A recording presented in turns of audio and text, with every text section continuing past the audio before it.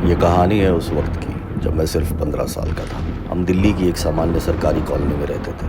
मेरे कमरे की खिड़की से सामने वाली बिल्डिंग का एक फ्लैट दिखता था, मकान नंबर 666। कहा जाता था कि कई साल पहले उस घर में एक परिवार रहता था। 4 लोग थे उस परिवार में और सबने एक रात फांसी लगाकर आत्महत्या कर ली थी। तब से ये माना जाने लगा कि उस घर पर कोई श्राप है। करीब 3 महीने बाद एक रात मैंने देखा उस फ्लैट की लाइट जल रही है। मैं चौंक गया, थोड़ा डर भी लगा, लेकिन एक्साइटमेंट बहुत ज्यादा थी। मैंने हिम्मत करके उस फ्लैट की खिड़की में झांकने की कोशिश की। देखा वहाँ एक परिवार रहने आया था। उस परिवार में मेरी उम्र का एक लड़का था, बिट्टू।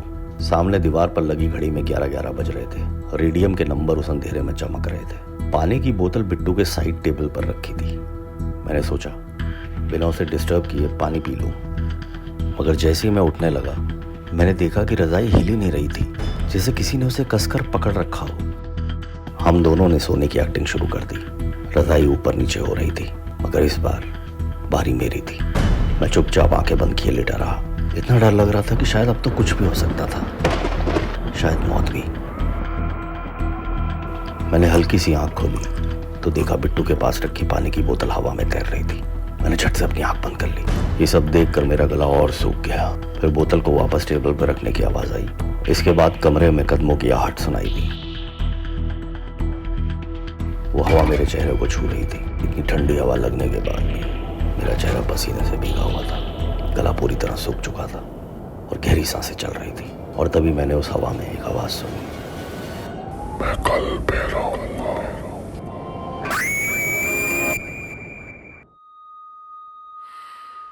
गुमनाम है कोई परछाई चलती है सांसों के पीछे, सरगोशी पलती है कदमों की धुन में कोई नहीं पर है रातों की गहराई तुझसे कुछ कहती है।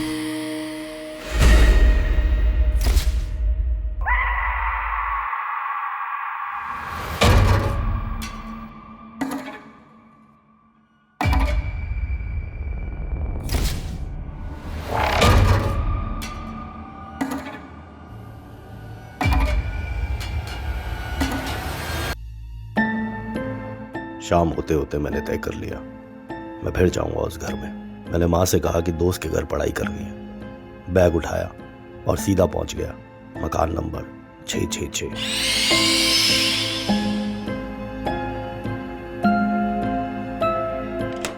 बिट्टू ने दरवाजा खोला।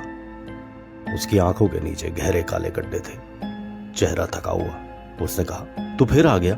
मैं तुझे अकेला नहीं छोड़ सकता था, मैंने जवाब दिया। हमने दरवाजा बंद किया। रात 10:30 बजे तक हम दोनों चुपचाप अपने बिस्तर पर लेटे थे। कमरे की लाइट धीमी थी, पर्दे हिल रहे थे और बाहर से आती सर्द हवा कमरे को और डरावना बना रही थी। 11:11 बजने में कुछ ही मिनट बचे थे। हम दोनों जाग रहे थे, मगर किसी ने भी कुछ नहीं कहा। घड़ी की सुई जैसे जानबूझकर धीरे चल रही थी। 11:11 होते ही कमरे की ट्यूबलाइट फटफड़ाने लगी, फिर बुझ गई। अब बस अंधेरा, ठंडी हवा और सन्नाटा। किचन से बर्तनों की आवाज आने लगी, जैसे कोई खाना निकाल रहा हो। चम्मच गिरने की आवाज, प्लेट का खड़कना। हमने एक दूसरे की ओर देखा। बिट्टू ने धीरे से कहा, वो आ गया है। कमरे का दरवाजा अपने आप धीरे धीरे खुला। बाहर कोई नहीं था, मगर ठंडी हवा अंदर आने लगी। दीवार पर एक लंबी काली परछाई उभर आई। कंधे झुके हुए, चेहरा साफ नहीं, लेकिन साया धीरे धीरे अंदर सरक रहा था। हम सांस रोक कर लेटे थे। परछाई कमरे में घूम रही थी, एक बार बिस्तर के चारों तरफ, फिर चुपचाप दरवाजे की तरफ वापस गई। मैंने महसूस किया कोई मेरे सिर के पास झुका। फिर एकदम घुटी हुई आवाज आई, अब तुम दोनों से खेलने में मजा आएगा। रात के अंधेरे में मेरा खून जैसे जम गया। बिट्टू ने आंखें बंद कर ली और खुद को सिकोड़ लिया। तभी अचानक बिट्टू का तकिया जमीन पर गिरा और उसके ऊपर बैठी थी वही काली परछाई। मैंने देख लिया, उसका शरीर झुका हुआ, हाथ लटके हुए, पैरों में चप्पल नहीं, और उसकी पीठ से धुआं सा निकल रहा था। मैं चीखना चाहता था मगर आवाज ही नहीं निकली। सुबह जैसे तैसे हुई, कमरे में हल्की धूप आई मगर सुकून नहीं।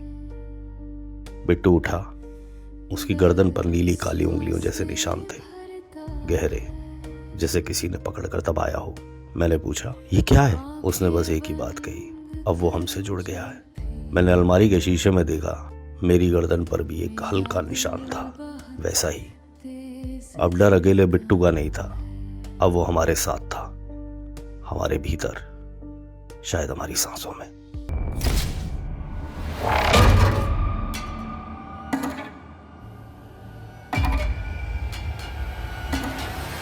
रात के 10 बज रहे थे।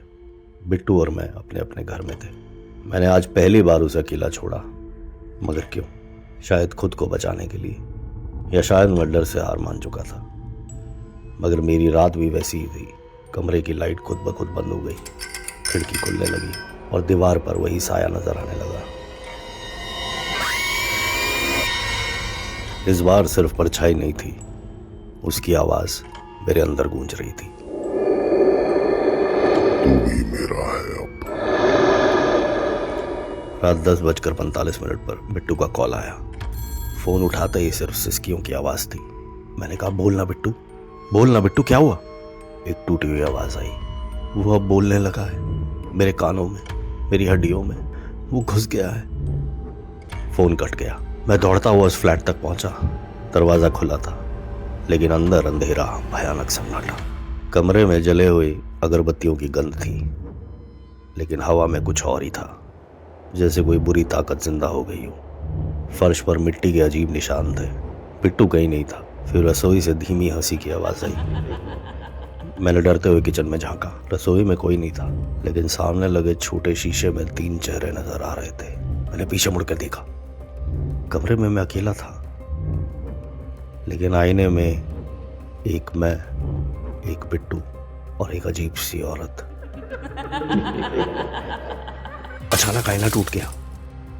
मुझे कमरे से बाहर भागते वक्त बिट्टू दरवाजे पर खड़ा दिखा। मैं चिल्लाया, बिट्टू, बिट्टू तू ठीक है ना? उसने कहा, मैं ठीक हूं, चल अंदर। मैंने गौर किया, उसकी आंखें काली पड़ चुकी थी और उसकी आवाज जैसे किसी और की थी। वो बिट्टू नहीं था। मैं पीछे हटा, मगर दरवाजा अपने आप बंद हो गया। कमरे की दीवारों पर अजीब अजीब आकृतियां बनने लगी, जैसे कोई कोयले से कुछ लिख रहा हो। बिट्टू ने जोर से हंसना शुरू किया। फिर उसके मुंह से दूसरी आवाज निकली, बूढ़ी, भारी और डरावनी। अब खेल शुरू होगा। बिट्टू का शरीर मुड़ने लगा। उसकी गर्दन एक तरफ घूम गई, हाथ पीछे मुड़ गए, जैसे कोई उसे तोड़ रहा हो। मैं एक कोने में सिमट गया। फिर उसने उल्टी चाल में चलना शुरू किया, पैर पहले, चेहरा पीछे, गर्दन टेढ़ी। उसने धीरे से कहा, आंखें बंद मत करना, नहीं तो मैं तेरे अंदर आ जाऊंगा। अचानक पूरी लाइट चली गई। अंधेरे में सिर्फ उसकी सांसों की आवाज, गहरी, डरावनी, हर तरफ से। फिर मेरे ठीक सामने एक चेहरा उभरा, सफेद, बिना आंखों के, सिर्फ काले गड्ढे, और आवाज आई, तू अब मेरा है। सुबह की रोशनी आई, मगर वो राहत नहीं थी। मैं जमीन पर पड़ा था और बिट्टू कहीं नहीं था। कमरे की दीवार पर लाल रंग से लिखा था, अब कोई बचेगा नहीं। अब ये कहानी सिर्फ एक साया नहीं, एक श्राप बन गई है। जिसने इसे देखा वो भी अब इसका हिस्सा है। पर है रातों की गहराई, तुझसे कुछ कहती है। सुबह का वक्त था, मगर मेरे अंदर रात अब भी जिंदा थी। रात जो मैंने देखा वो अब भी मेरी सांसों में अटका हुआ था। बिट्टू का चेहरा, उसकी आंखें और वो साया जो अब उसके अंदर था। शायद मैंने ठान लिया था, जैसे ही उसके मम्मी पापा वापस आएंगे मैं उन्हें सब सच बताऊंगा। और तभी मेरे फ़ोन की घंटी बजी। बिट्टू का कॉल था। मैंने घबरा कर उठाया। क्या सब ठीक है? बिट्टू की आवाज़ आई, मम्मी पापा आ गए हैं। मैं बिना देर किए भागा। सीधा मकान नंबर 666 की तीसरी मंजिल की सीढ़ियाँ चढ़ता गया। दरवाज़ा खुला था। अंदर से हंसने की आवाज़ें आ रही थी। अंदर घुसते ही जो देखा वो मेरे डर से बिल्कुल उल्टा था। सब कुछ साफ सुथरा, घर बिल्कुल नया जैसा लग रहा था, जैसे वहाँ कुछ हुआ ही ना हो। बिट्टू अपने पापा के पास बैठा हंस रहा था। मम्मी चाय लेकर आई। टीवी पर कार्टून चल रहा था और टॉमी उनका कुत्ता मस्ती में इधर उधर घूम रहा था। बिट्टू ने मुझे देखा। आ गया तू, पकोड़े खाएगा? मैं हैरान था, क्या ये वही घर है? ये वही बच्चा है? मैं धीरे धीरे अंदर आया। बिट्टू की मम्मी ने कहा, कल रात तुझे कितना तंग किया होगा इसने। थैंक यू बेटा। मैंने उनसे बाथरूम यूज़ करने के लिए कहा। वहाँ जाकर देखा तो मिरर बिल्कुल ठीक था, मगर रात को तो वो शीशा टूट गया था ना। मैं उस शीशे के सामने खड़ा था। अचानक उसमें एक साया दिखा। मैं पलटा, कुछ नहीं, उस शीशे में लिखा था, मैं यहाँ हूँ। मैं घबरा गया और तुरंत बाहर आया। मैं लिविंग रूम में लौट आया। अब सिर्फ बिट्टू वहीं बैठा था, बाकी सब अंदर चले गए थे। उसने धीरे से कहा, सबको तो सब नॉर्मल लगता है ना? मैंने उसकी आंखों में आंखें डाली और कहा, तू बिट्टू नहीं है। वो हल्का सा मुस्कुराया, फिर वो धीरे से बोला, तू सही है, पर ये बात किसी और को मत बताना, वरना मैं तेरे अंदर आ जाऊंगा। मैं वहाँ से निकल गया। डर के मारे कांप रहा था, मगर मैं जानता था जो मैंने देखा वो केवल एक्टिंग नहीं थी। रात को जब मैं अपने घर पर बैठा ये सब सोच रहा था कि जो कुछ उस रात हुआ, क्या वो सब सपना था या हकीकत थी, वो समझ नहीं आ रहा था। तभी 11:11 पर मेरे रूम की खिड़की अपने आप खुल गई। एक ठंडी हवा आई और एक आवाज़, तुझे लगता है तू बच गया?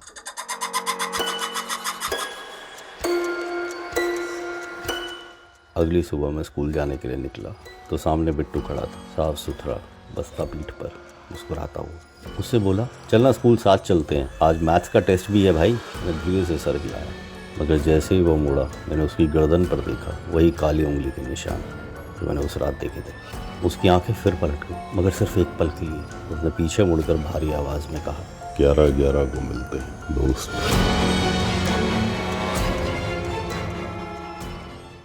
कुछ दिनों तक सब कुछ नॉर्मल चलता रहा, जैसे कुछ हुआ ही ना हो। एक दिन बिट्टू स्कूल नहीं आया। मैं थोड़ा परेशान था, सोचा घर जाकर चेक करूंगा। मैं जैसे ही घर पहुंचा तो पूरा एरिया पुलिस से घिरा हुआ था। एक पड़ोस के अंकल ने बताया, बेटा बिट्टू ने अपने कमरे में कल रात सुसाइड कर लिया। मेरे पैरों के नीचे से ज़मीन खिसक गई। मैं उस फ्लैट के सामने खड़ा था। पुलिस टेप लगा रही थी। उसके मम्मी पापा बस चुप थे। माँ तो एक कोने में बस देख रही थी, आंखों में आंसू। उसके पापा ने धीरे से कहा, अब इस शहर में रहना मुमकिन नहीं है, हम परमानेंट गांव जा रहे हैं। मैं कुछ बोल नहीं सका। उनके जाने के बाद वो घर फिर खाली हो गया। मकान नंबर 666 फिर से चुप हो गया। मुझे उसके सुसाइड का वक्त बताया गया, करीब 11:11 पर, वही वक्त जब वो हमेशा आता था। मैंने उस फ्लैट की तरफ देखा। खिड़की बंद थी, लेकिन ऐसा लग रहा था जैसे कोई अब भी अंदर हो। मुझे रात भर नींद नहीं आई। मैं टीवी पर चैनल बदल बदल कर देख रहा था। तभी अचानक टीवी पर एक आवाज़ आई, मैं चला गया हूँ, लेकिन पूरी तरीके से नहीं। मैं घबरा गया, टीवी बंद कर घर सो गया। इस बात को 5 साल गुजर गए। बिट्टू की कमी मुझे आज भी महसूस होती है। मैं 20 साल का हो चुका था, नई जिंदगी शुरू कर चुका था, या शायद कोशिश कर रहा था। मगर जब भी मैं उस कॉलोनी के पास से गुजरता, एक अजीब सा खिंचाव होता। फ्लैट नंबर 666 अब तक खाली था। लोग कहते थे उस घर में कुछ था जो वापस नहीं गया। एक दिन मैं कॉलोनी के पास से गुजरा और देखा एक ट्रक उस फ्लैट के सामने खड़ा है। नए लोग शिफ्ट हो रहे थे। एक छोटी लड़की साइकिल लेकर अंदर गई। उसके मम्मी पापा फर्नीचर सेट कर रहे थे। मैंने एक पल के लिए उनकी तरफ देखा और अंदर से चिल्लाने का मन कर रहा था, रुको, जानते भी हो अंदर क्या है, मत जाओ। मगर कुछ बोल नहीं पाया। उस रात 11:11 पर मैंने अपनी बालकनी से उस फ्लैट की तरफ देखा। खिड़की के पर्दे के पीछे वही छोटी लड़की खड़ी थी। हल्की रोशनी उसके चेहरे पर थी, वो मुस्कुरा रही थी। फिर उसके पीछे वही परछाई दिखाई दी, लंबी झुकी हुई, वही काली आंखों वाला साया। वो गया नहीं था, वो वहीं था, शायद अपने नए शिकार के इंतजार में।